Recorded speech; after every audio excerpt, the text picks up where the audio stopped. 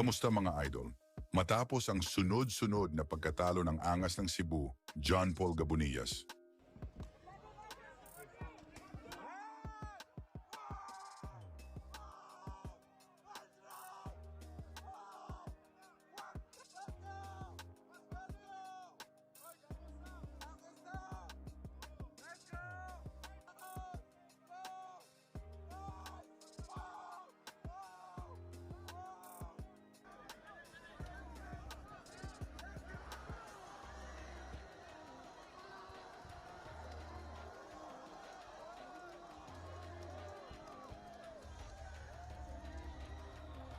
bumalik ng mas malakas si John Paul Gabonillas alias Angas ng Cebu kontra Ramil Roda.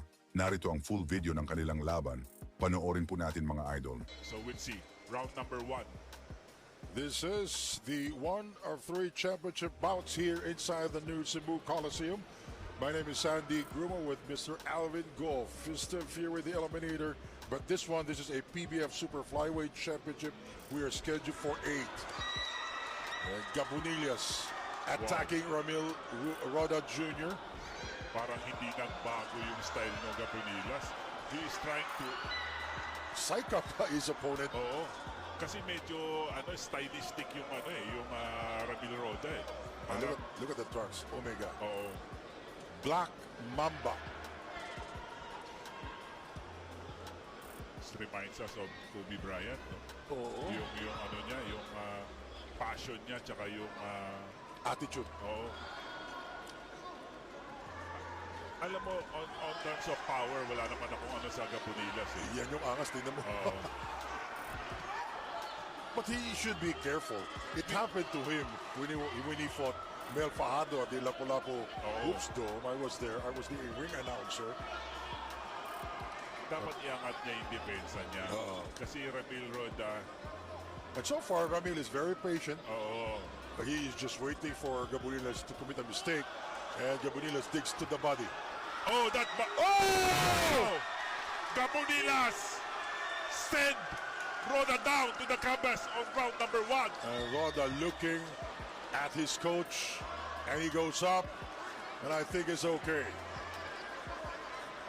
And obviously Gabonillas will go for the kill. What a fight. What an opening round for John Paul Gabonillas. But whenever he's out of the ring, when you talk to him, he's a soft-spoken guy. Iba. Hindi siya maangas kausap. There's some switch dito sa batang ito. Pag nandyan sa ring, iba na. Ramil Roda Jr. versus John Paul Gabonillas. So far, Ramil Roda has not answered the bell on round number 1. And look at the eyes.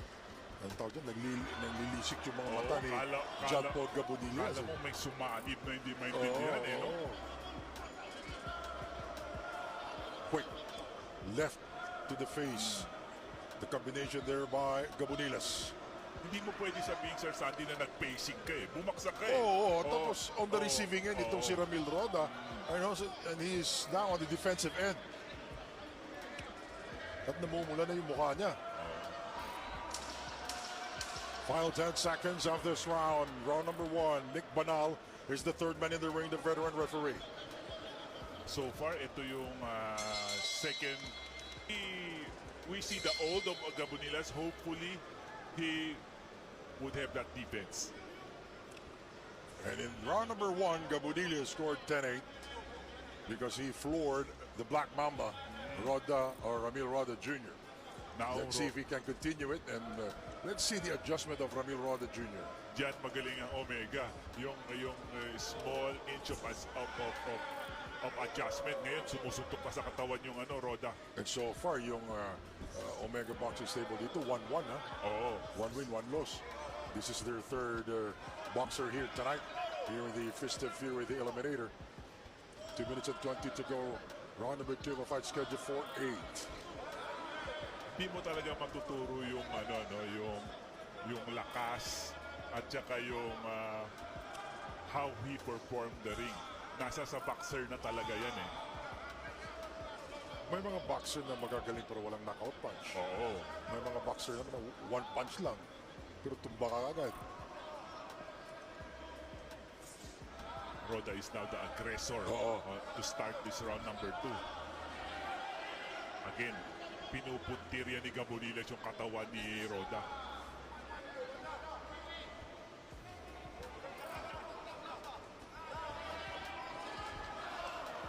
That left side na body, yun ang Pinupuntirya. ni Gabonilas.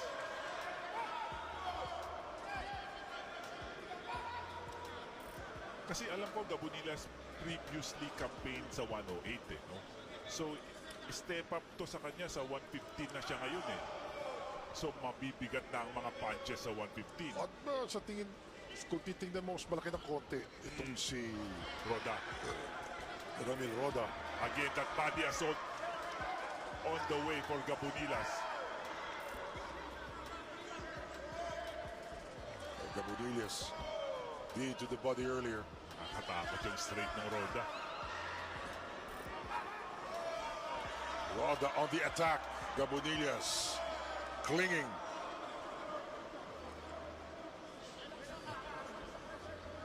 Nick Bonal separating both fighters. 35 seconds remaining.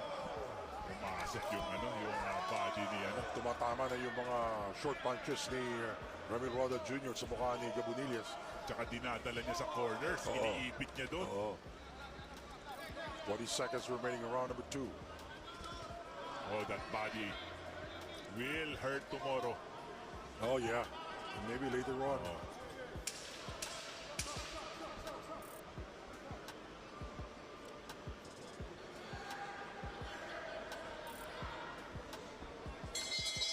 Stamina to match his will and strong punches. Yun lang naman That's a good question. Yun lang naman ang question So ko sa far, kanya. the adjustment by Ramil Roda in the second round worked so well for him after being down in the first round. Kasi kung nakuha ni Roda yung second round at makuha niya itong third round, neglected na yung knockdown na yun Would you like to see Gabonilas to be patient, or do you want it to see? Do you want it to be the aggressive fighter? I want to see to pump his jab. Through all his career, wala siyang jab. He's relying on the power punches. Ayan, nag-iintay siya. He is trying to get that one knockdown punch. So lakas lang yung Lakas lang. panlaban niya. So, kailangan isuntok niya rin yung yung jab niya. Yun ang pang set up para sa mga power punches niya.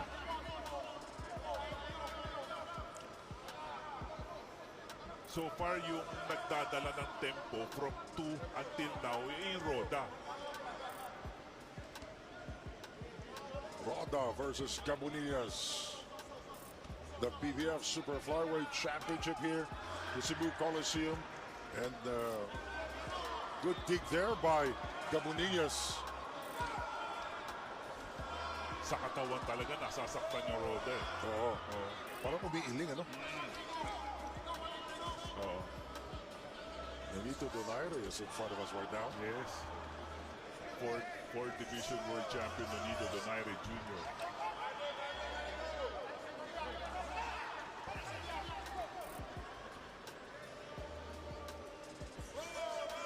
Oh, what a combination by Roda. Bumawi naman yung sinabi mo nga, katawan no? Oo.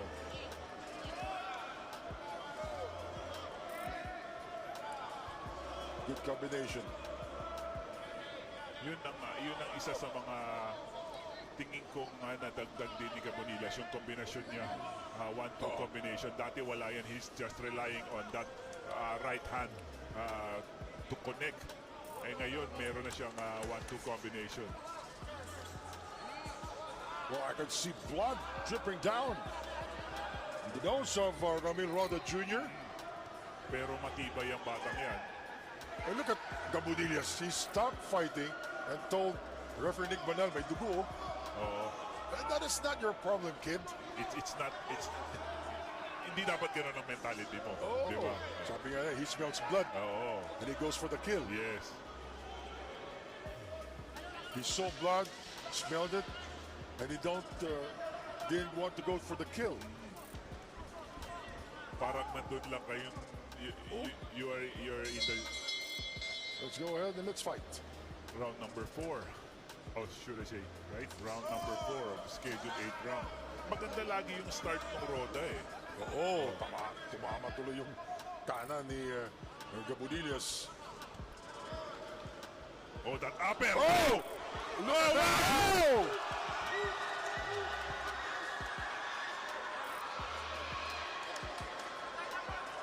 Oh, that was...